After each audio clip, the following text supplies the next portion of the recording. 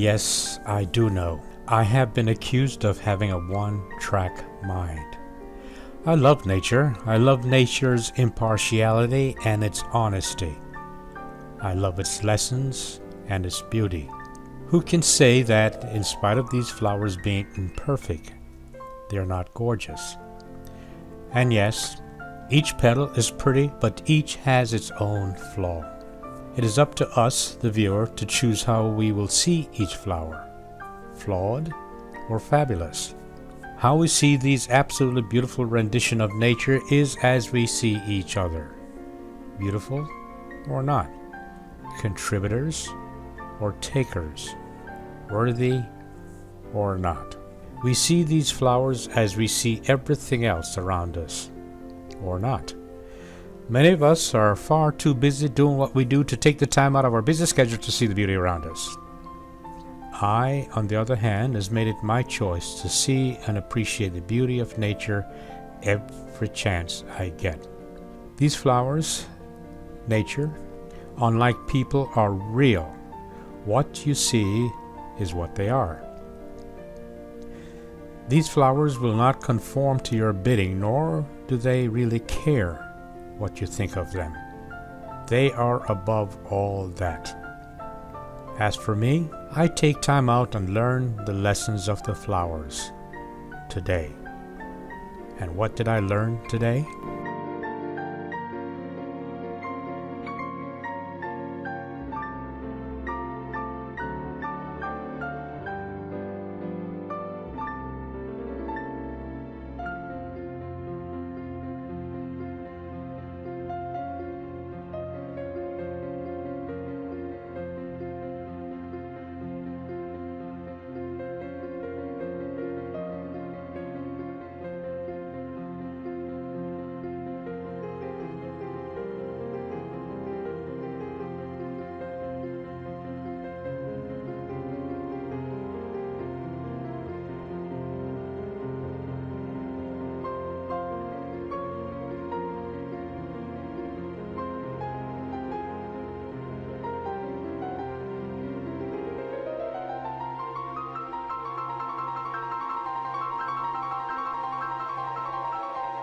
The only thing that I know of a fact is that I know nothing of a fact.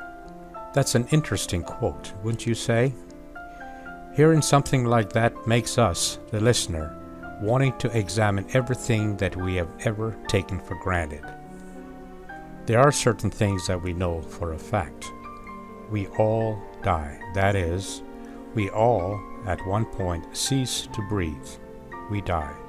What exactly death is may, however, be debatable, which puts it and that thought into the I don't know category.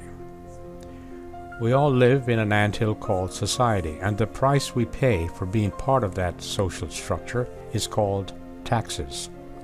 We must pay taxes, unless, of course, you are one of the ones that live at the very top of the anthill, the very rich. They have attorneys which help them not to pay taxes. We know for a fact that they are safe from taxes because their lawyers make it so. So, we can say with some degree of certainty that death and taxes are facts of life. But are they? In my humble opinion, the only thing I know is that I am. I am here in the now. I am right now. I may not be sure of my position in this anthill called society, but as I stand here admiring these beautiful flowers, I am sure that I am now. Yesterday is gone. Even the very rich cannot purchase yesterday. But we have audio and visual records of yesterday. We look back in awe and in disgrace. We look back in shame and with admiration. We look back and admonish those for their inhumanity to mankind, and we read the excuses why it was necessary to be so evil, so inhumane. We accept that they are, after all, masters and slaves. Yesterday is the blueprint of the order of the anthill today. Here in the 21st century, there is a movie called Noah. A movie that was made to be true to God's Word. At the end of the movie, however, we are reminded of God's edict. Black people are to be the slaves to white people. The mark of Cain. The past, you see, is prologued, and yesterday dictates our attitudes and behavior for today. God said so. And the fact is that we are all nothing but properties. And what about tomorrow? Well, me and others will be long gone, and the mark of Cain will continue. As properties, we are but so much in value to another, and the laws will be cleverly written to perpetuate such notions. Don't believe me? Consider land. Who created the land? Why then do we buy and sell land? It is because of the order of the anthill. Everything and everyone has been reduced to property. And what about tomorrow? It is simply not promised to anyone. No matter how we treat each other, no matter how we manipulate each other, it is our destiny to die. We take nothing with us. That is a fact. So, in the end, all we have is here and now. All we can ever say about ourselves is that I am. What or who we are is dictated by the laws of property ownership. So, here I am admiring these beautiful flowers because in their existence we see ourselves. We are flawed, but we are here nonetheless.